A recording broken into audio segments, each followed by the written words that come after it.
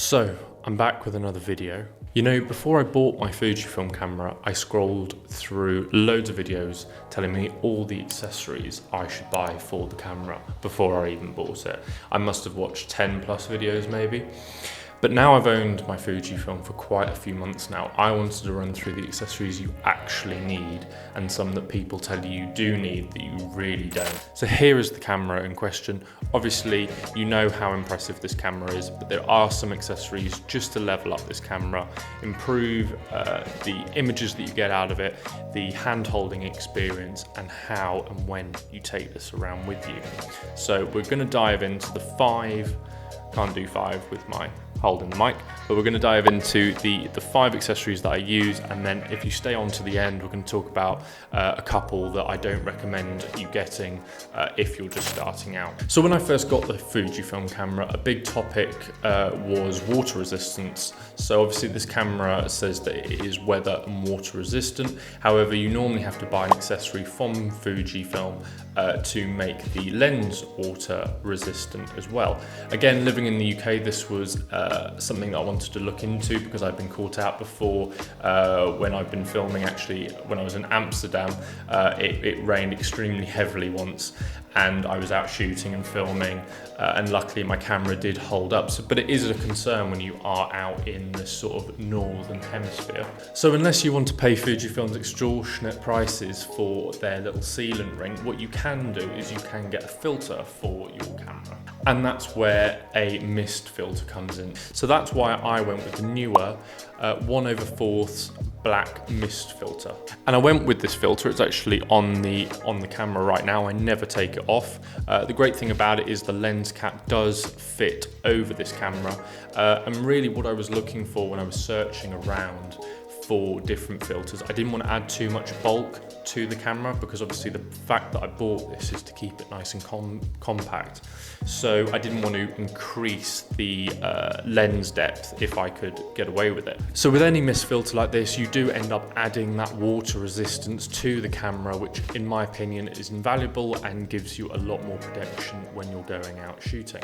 The next bit is if you get a filter like the newer mist filter, you get other benefits, like the fact you get to soften highlights, add a film-like glow to your footage, especially when you're shooting like lamps, different lighting conditions, obviously like I've said, highlights, things like that. And of course, added on to that bonus, you do get drop protection if you unfortunately drop the camera, in the unfortunate event that you drop a £1,600 camera. Hopefully this should protect the camera and the lens a little bit more in that scenario. But it's definitely a product that I think everyone who has a Fujifilm X100VI should be picking up in your next Amazon basket. Next up, we're going to talk about cases. Now, Fujifilm do also offer their own case.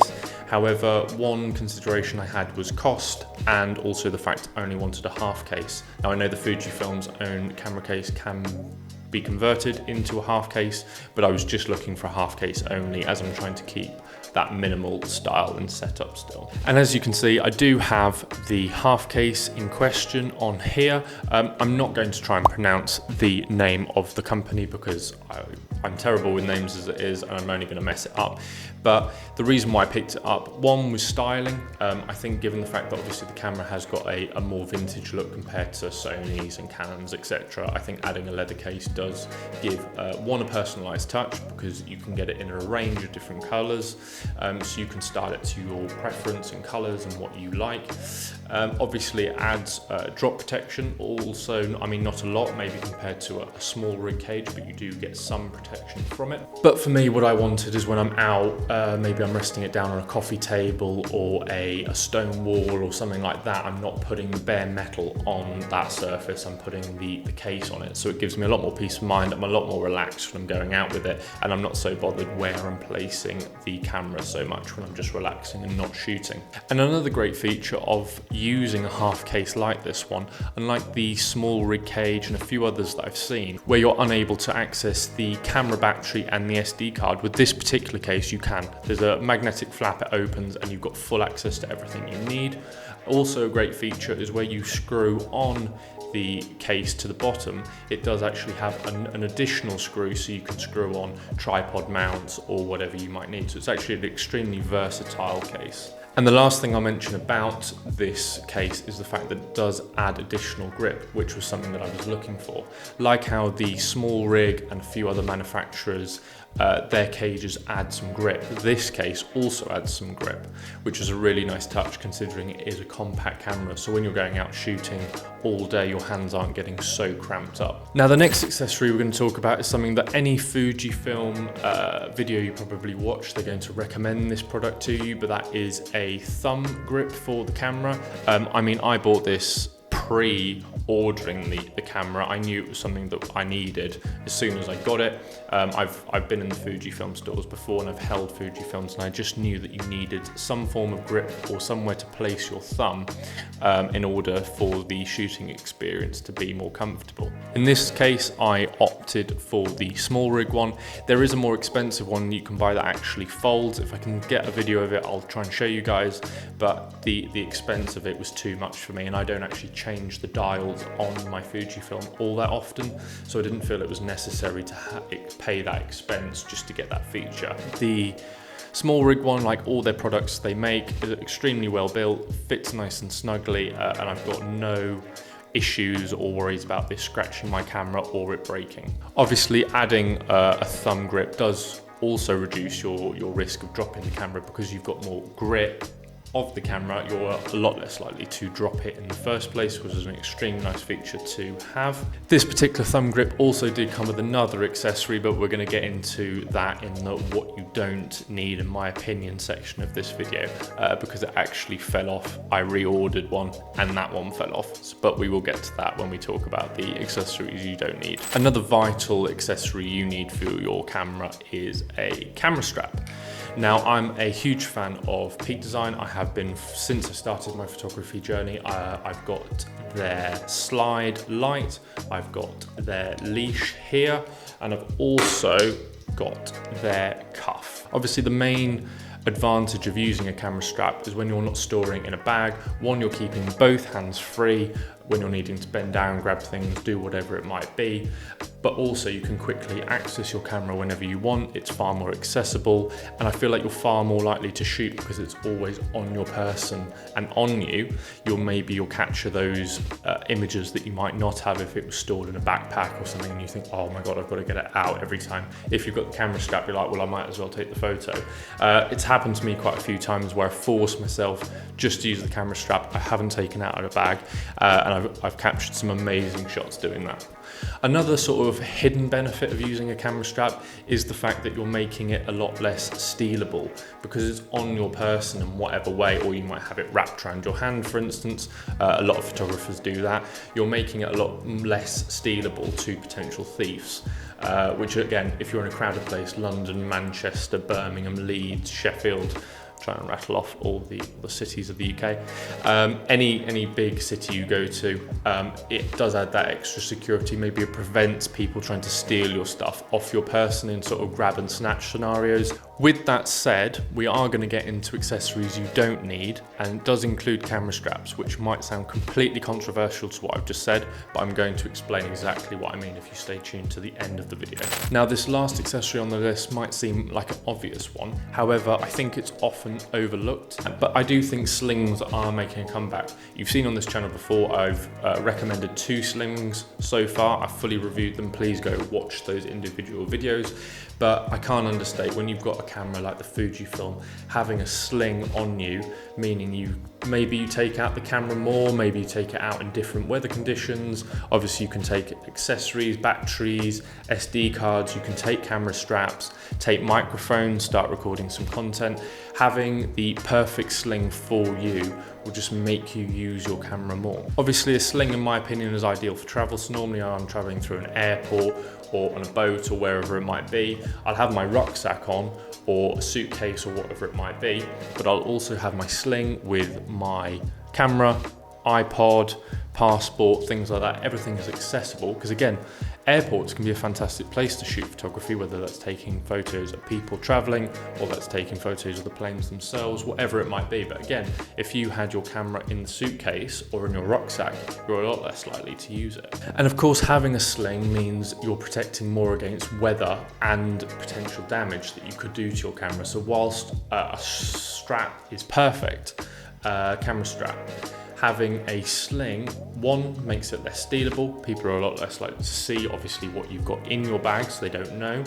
And two, obviously, if you fall over or whatever might occur, hopefully that doesn't happen, but if it does, if you've got it in a sling, you're more likely that the camera will be in a better condition than if it was just out on your person. So I've spoken about weather quite a few times on this channel, but it is quite important because we live in a rainy climate.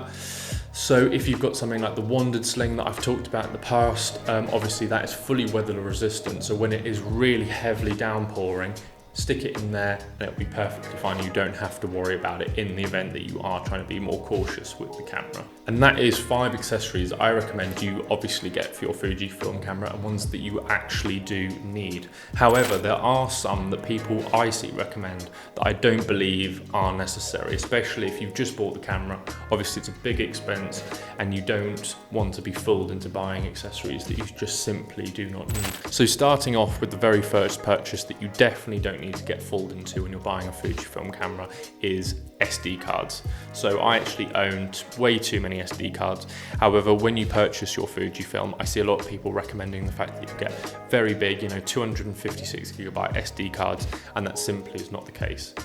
Even though it does come with a new 40 megapixel camera sensor, and you can shoot in 6.2K, it's very rare that you need anything bigger than 64 gigabytes. This camera, of course, is well known for its Fujifilm simulations. It's something, again, I've talked about on this channel, and it's traditionally you'll shoot them in JPEGs, and if you've got a 64 gigabyte card, you can shoot thousands of photos. You do not need to worry about having a massive SD card.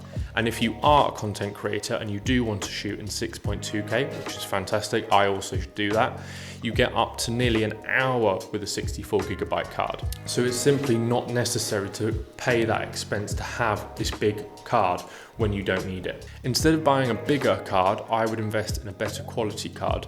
I personally use Lexar Professional, the silver ones. They do a blue, there might be a bronze, They do a bronze, a silver and a gold. I've always used the silvers, especially for client shoots as well, and they work perfectly fine for me. Lexar are a trusted company, and you couldn't go wrong with that. So I would rather recommend getting a better SD card rather than a bigger SD card. Now, a controversial one here is going to be, do not buy more batteries or a battery bank. It's simply not necessary.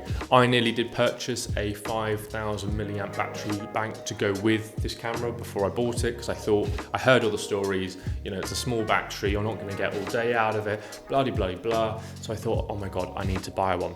However, I'm really glad I didn't.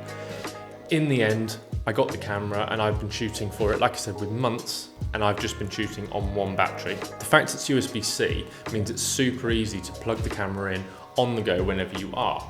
So typically what I'll do is, before I rock up to shooting, wherever that might be, I'll have the camera plugged in the car and I know it's at 100% before I start shooting. So if you're conscious about battery life before you go out, then I don't think you need to pick up any additional batteries for this camera. I find, especially when I'm shooting with my film simulations and I'm not doing any video work, I can get all the pictures I need and I've still got more than half of my battery life left. I do see why people recommend extra batteries. If you were shooting for multiple days, maybe you're going on a camping trip, something like that, and you didn't have access to additional ports, I could see how you could have a battery for each day or be charging them on some form of cycle. I think that's fine. But again, they're not cheap. I know people will recommend third-party batteries, but I know from my experience using Sony batteries and third-party, the Sony battery lasts way longer than any other battery from a third party. So I think it's an expense that you simply do not need to worry about, especially when you're just starting out. If you've owned the camera for a few months like I have, and you figure that you do need one, maybe you've got a battery bank that you can use instead. So I just spoke about previously how camera straps are a must for your Fujifilm. However, you also don't need to buy one. The eagle-eyed among you will notice that on this camera, I'm actually using the strap that came with my Fujifilm. Whilst I've got the Peak Design straps themselves, and they are fantastic, build quality is great, the fact that you can quickly maneuver the strap length and things like that is fantastic. I've always not particularly liked the actual system of clipping them in and out. I think it's quite bulky, the anchor points are quite sort of jingly, and I don't think it fits the aesthetic of the camera. So when I was going through Clever Supply Co, which I've actually reviewed one of their bags, I see obviously they do camera straps, nice leather camera straps, but obviously there's a premium to something like that. And I think when you're buying a camera like this, it's nice to have quite a premium strap for your camera. However, that's when I revisited the Fujifilm, the box that it came in, and I realized it came with a camera strap. Now, unlike when I first purchased a Sony camera, that camera strap wasn't really very nice to look at. This one, I don't know if it's real leather, I'd have to check, but it's definitely some form of leather, and in my opinion looks fantastic on the camera, especially when you've got the half case that I've got now. All black leather, looks really nice, really understated. So this might be the most controversial product that I tell you not to buy for your Fujifilm yet, but that is a shutter button. And you might be thinking, Callum, why are you saying don't buy a shutter button? Everyone that you watch says buy shutter buttons. Yes, they do add style. Yes, they do add personalization to your camera, but in my opinion, they're not worth the cost. Why do I say that? Well, like I said previously, I've ordered two in the past and they both come off, and it's not because I haven't screwed them on properly. I definitely have, but throughout the duration of a day of filming or shooting, they've somehow managed to come off. I haven't been able to find them and I've lost them. And whilst they're not the most expensive product you can buy, if you keep having to buy them over and over again, there is an additional cost to that. So if you get one with any of these accessories that I recommend, or you do buy one, fantastic, but do keep that in mind that you do need to keep checking whether it's screwed in tightly or correctly. But again, in my opinion, it's just not very necessary. I guess with my camera, I'm going for quite an understated look. So I don't want to add a big shiny red button to the top of the camera. I just think that might ruin it a bit, but obviously your personal preference might be different to mine. So with all that said, that is the end of the video. I hope you did really find this useful. Obviously, if there's any Fujifilm accessories that you guys use, please do put them in the comments. I'd love to read them and maybe do some reviews on them. Obviously, if you disagree with anything that I've got to say, don't comment. But no, seriously, if you disagree with anything that I've got to say, please do let me know. I love to have a valid debate on things like this. And hopefully you guys will see me in another video. So please do like and subscribe.